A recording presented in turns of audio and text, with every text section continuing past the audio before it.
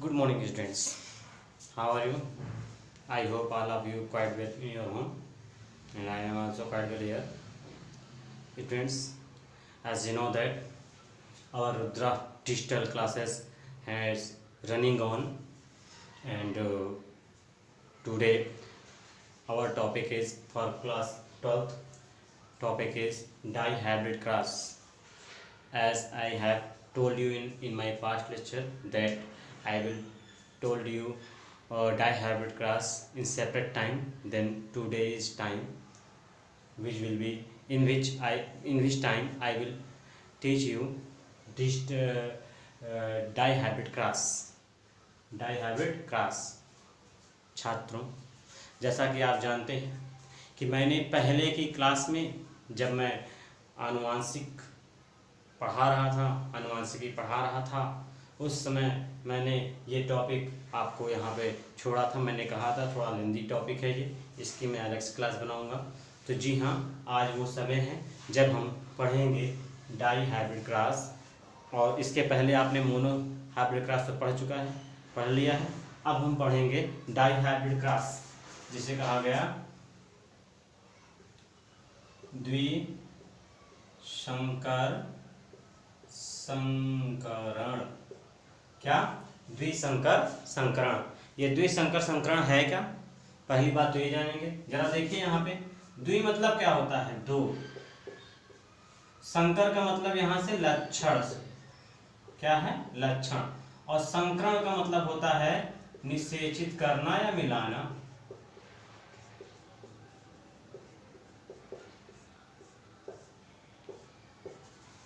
मतलब क्या है कि जब अभी तक इसके पहले आपने मोनोहाइब्रिड क्रॉस पढ़ा था, तो मोनोहाइब्रिड क्रॉस में क्या हो रहा था कि एक एक लक्षण को क्रॉस कराया जा रहा था, संकरण कराया जा रहा था।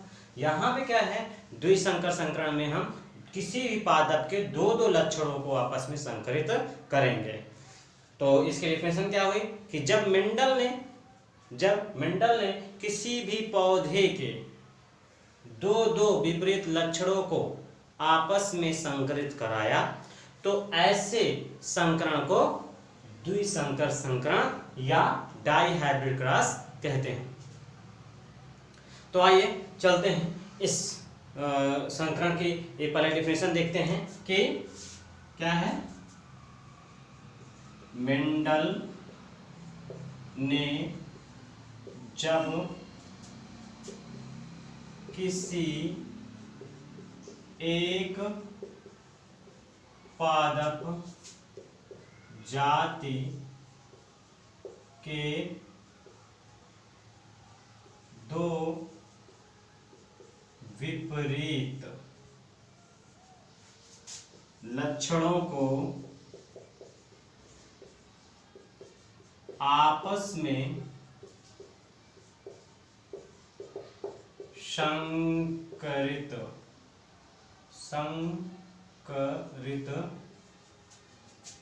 ऐसे लिखेंगे, संकरित कराया, तो ऐसे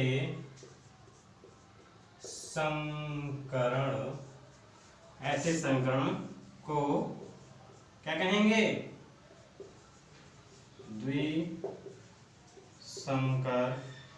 द्विसंकर संकरण कहते हैं। अब यहाँ पे एग्जाम्पल क्या है इसका? एग्जाम्पल है जैसे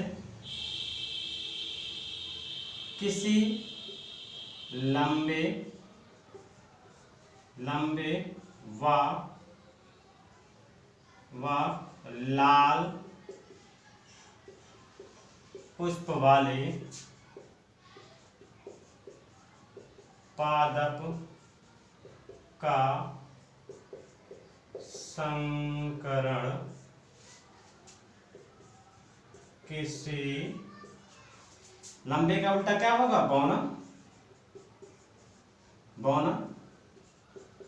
बौना तथा यहां लाल है, इसका विपरीत क्या होगा? सफेद।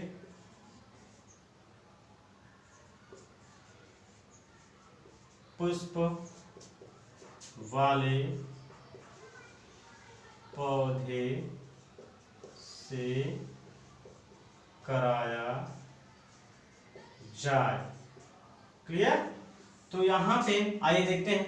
तो इसका अनुपात जो भी आए वो आगे के क्रॉस में देखेंगे, और इसमें भी दो लक्षण ही प्राप्त होंगे। पहला तो इसका फेनोटाइप और दूसरा जीनोटाइप। जैसा कि मैंने एक संकर संकरण में बताया था कि फिनोटाइप मतलब क्या होता है, प्रारूप रूपी, और जीनोटाइप मतलब क्या होता है, जीन रूपी। तो यहाँ पे देखिए कि फिनोटाइप और जीनोटाइप रेशियो क्या निकलेगा द्विसंकर संकरण में। आइए देखते हैं। ये आपका जो यहाँ पे द्विसंकर संकरण है, इसका ये डिफिनीशन है और इसका एग्जाम्पल है। तो इसके एग्जाम्पल को हम पूरी तरह से सॉल्व करके देखेंगे। आइए देखते हैं।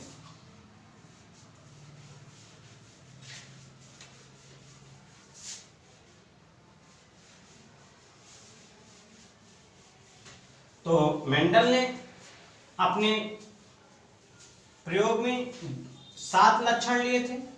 उन 7 लक्षणों में से एक लक्षण क्या था, लंबा पादप का था, और उसी में साथ में और एक लक्षण क्या था अन्य में, लाल पुष्प। क्या? लाल पुष्प।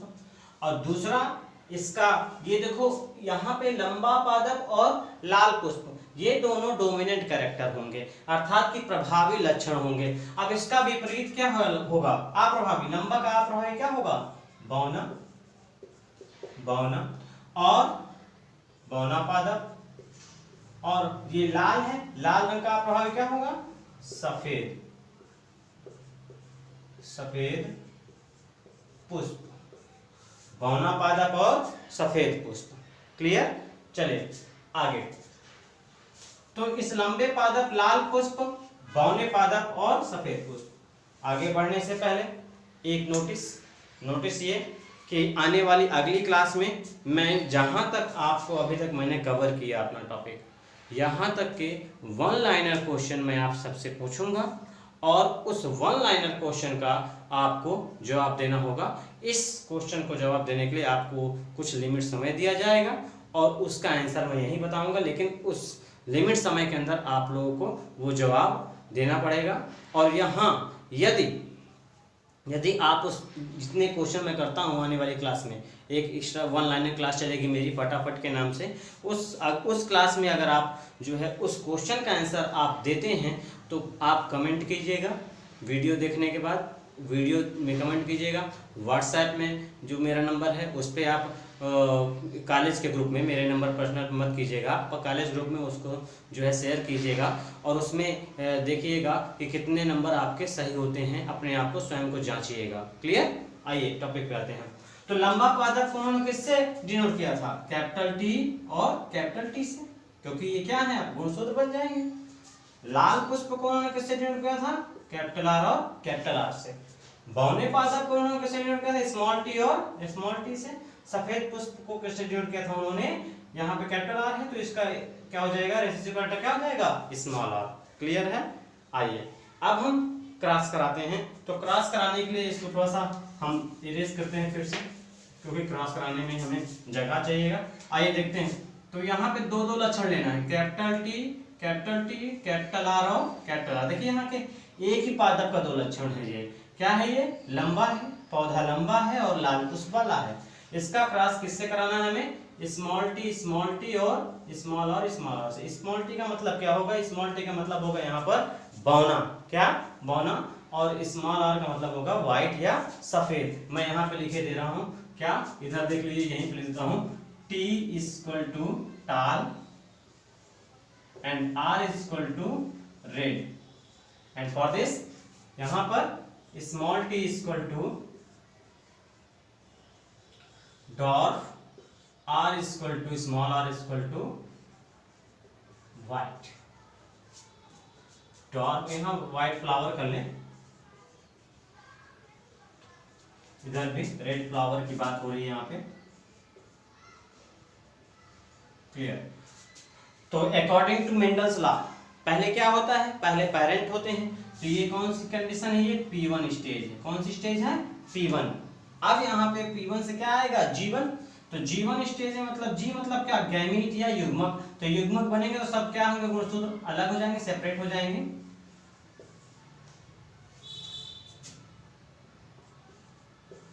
और जैसा कि मैंने मोनोहाइब्रिड क्रॉस में ट्रिक बनाई थी, इसके लिए मेरी ट्रिक है, ध्यान दीजिएगा।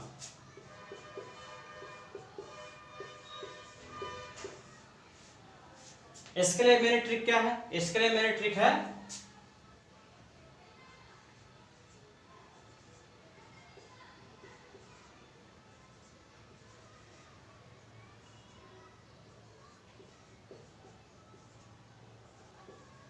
ये नंबर है, यही नंबर ऑफ स्प्रिंग बनाएंगे इनकी पहली पीढ़ी में, और ये ट्रिक है मेरी, इस ट्रिक के माध्यम से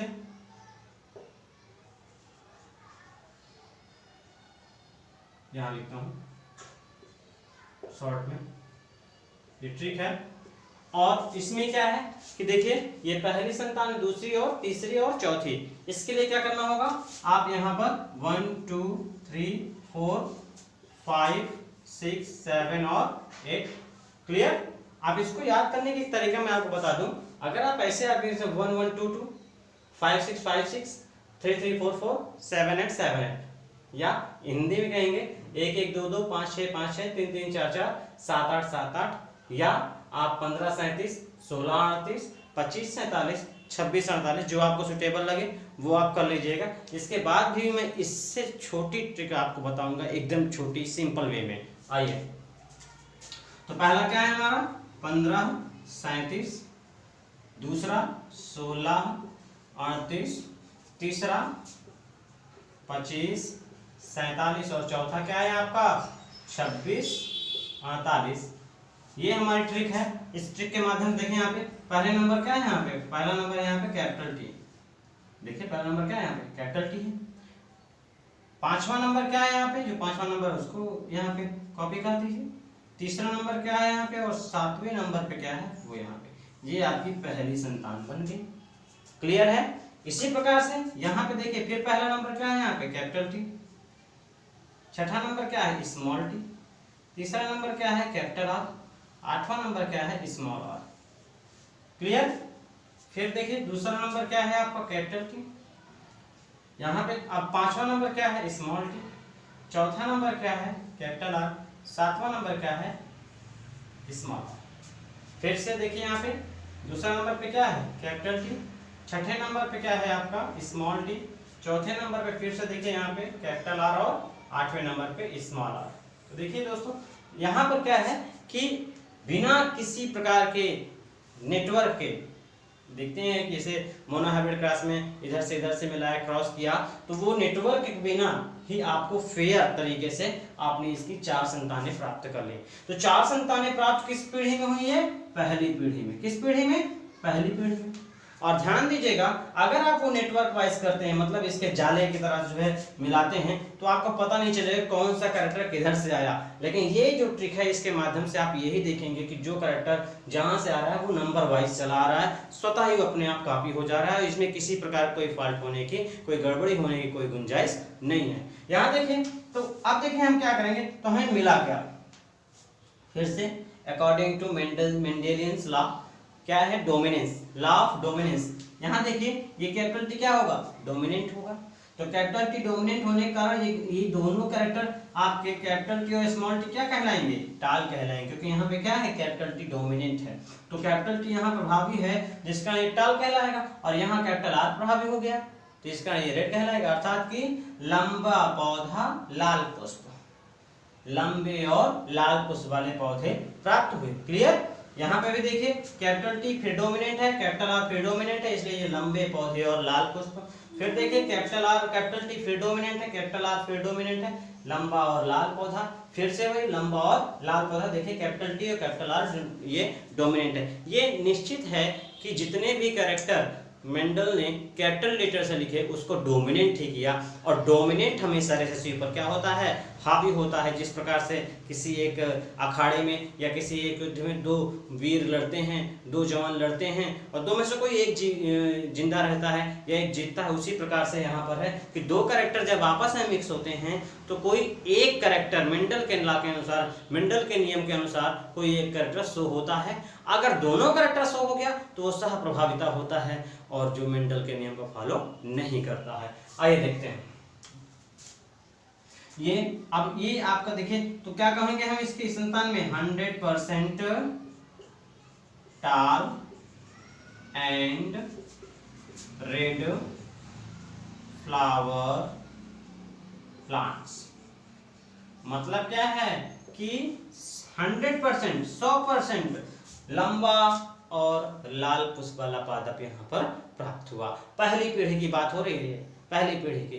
अब यहाँ से हम दूसरी पीढ़ी पे चलेंगे। तो जैसा कि आप जानते हैं छात्रों कि दूसरी पीढ़ी में क्या होता है, जो पहली पीढ़ी की संतान होती है उसी संतान में से कोई 4 संतान यहाँ पे देखिए है, तो 4 में से कोई 2 को लेकर के आपस में क्रॉस कराया जाता है जो दूसरी पीढ़ी होती है। तो आइए देखते हैं दूसरी पीढ़ी में क्या होता है।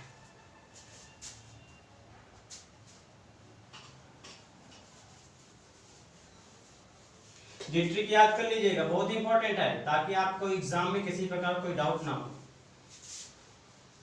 तो दूसरी पीढ़ी में क्या हुआ, पहले पेरेंट देखते हैं दूसरी पीढ़ी में क्या है। तो दूसरी पीढ़ी में जो पेरेंट हैं P2 वो कौन कौन से हैं, capital T, small t, capital R और स्मॉल r। मैंने क्या कहा, कोई 2 को लेंगे, अभी तो मैंने एक ही लिखा है। अब दूसरा क्या होगा, वही capital T, small t, capital R और स्मॉल r। ये आपका क्या हुआ, दूसरी पीढ़ी के P2 अर्थात कि दूसरे पेरेंट हुए। लेकिन ध्यान दीजिए इस बात का कि जब ये P2 है तो पहले युग्मक बनेगा, गैमीट बनेगा, G2 आएगा। तो G2 के लिए क्या करेंगे, पहले हम G2 बनाएंगे इससे कि ध्यान दें, G2 बनाएंगे। कैसे G2 बनाएंगे आगे देखिएगा। वो याद है पहले पीढ़ी में मैंने आपको एक नंबर वाइज नंबरिंग ट्रिक याद कराई थी, कौन सी, 13, 14, 23, 24। ये नंबरिंग ट्रिक और इधर जो मैंने लिखाया था 15, 37, 16, 38, 25, 47, 26, 48, ये नंबरिंग ट्रिक है। इसको हमेशा याद रखिएगा। जेनेटिक्स में ये कम से कम 80% क्षेत्र में काम आते हैं, हमेशा अंत तक ये आपको काम आएंगे। ये ट्रिक है, ये आपके सवाल को, आपके क्वेश्चन को गलत होने नहीं देंगे। आइए देखते हैं। तो यहाँ पे देखिए इसको भी नंबरिंग कर लीजिए 1, 2, 3 और 4। तो G2 के लिए क्या होगा, यहाँ पे G2 के लिए हम इसके भी गैमेट इधर लिखेंगे यहाँ से और इसके भी। तो G2 के लिए क्या होगा, इसको नंबरिंग कर लीजिए, वही कर लीजिए 13, 14, 23 और 24। यहाँ भी 13, 14, 23 और 24। तो क्या होगा, 13 मतलब क्या है, 13 का मतलब क्या, पहला और तीसरा उतारना है हमें। तो पहला नंबर क्या है, कैपिटल T, तीसरा नंबर क्या है, कैपिटल R।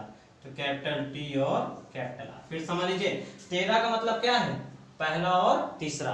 तो पहला और तीसरे नंबर क्या करेंगे, कैपिटल T और कैपिटल R। देखिए यहाँ पे है ना। अच्छा 14 पहला और चौथा। तो पहले नंबर पे क्या है, कैपिटल T है, चौथे नंबर पे क्या है, स्मॉल r है। क्लियर हो रहा है। दूसरा और तीसरा 23 क्या हो जाएगा यहाँ पे, स्मॉल t कैपिटल R। अब रुकिए यहाँ पे, अक्सर अगर हम अपने नंबरिंग सिस्टम को इसमें ट्रिक में नहीं लागू करेंगे तो यही पॉइंट हमारा गलत हो जाता है। माइंड पे चलता क्या है, कैपिटल R क्या होगा, हमेशा डोमिनेंट होगा स्मॉल कैरेक्टर पे। तो जो capital R dominant small character कैसे हो सकता है, क्योंकि यहाँ तो अलग अलग लक्षण है ना। एक चीज और कि गैमीट बनाते समय दिमाग में ये ध्यान रखिए कि जब कभी गैमीट बनते हैं, संतान की बात ना कीजिए, संतान में तो डोमिनेंट या इंडोमिनेंट या सेग्रीगेशन का नियम लगता है, लेकिन यहाँ पर डोमिनेंट का और सेग्रीगेशन अर्थात की प्रभाविता और पृथक्करण का नियम नहीं लगता है। क्योंकि यहाँ पर क्या है कि यहाँ युग्मक बन रहे हैं।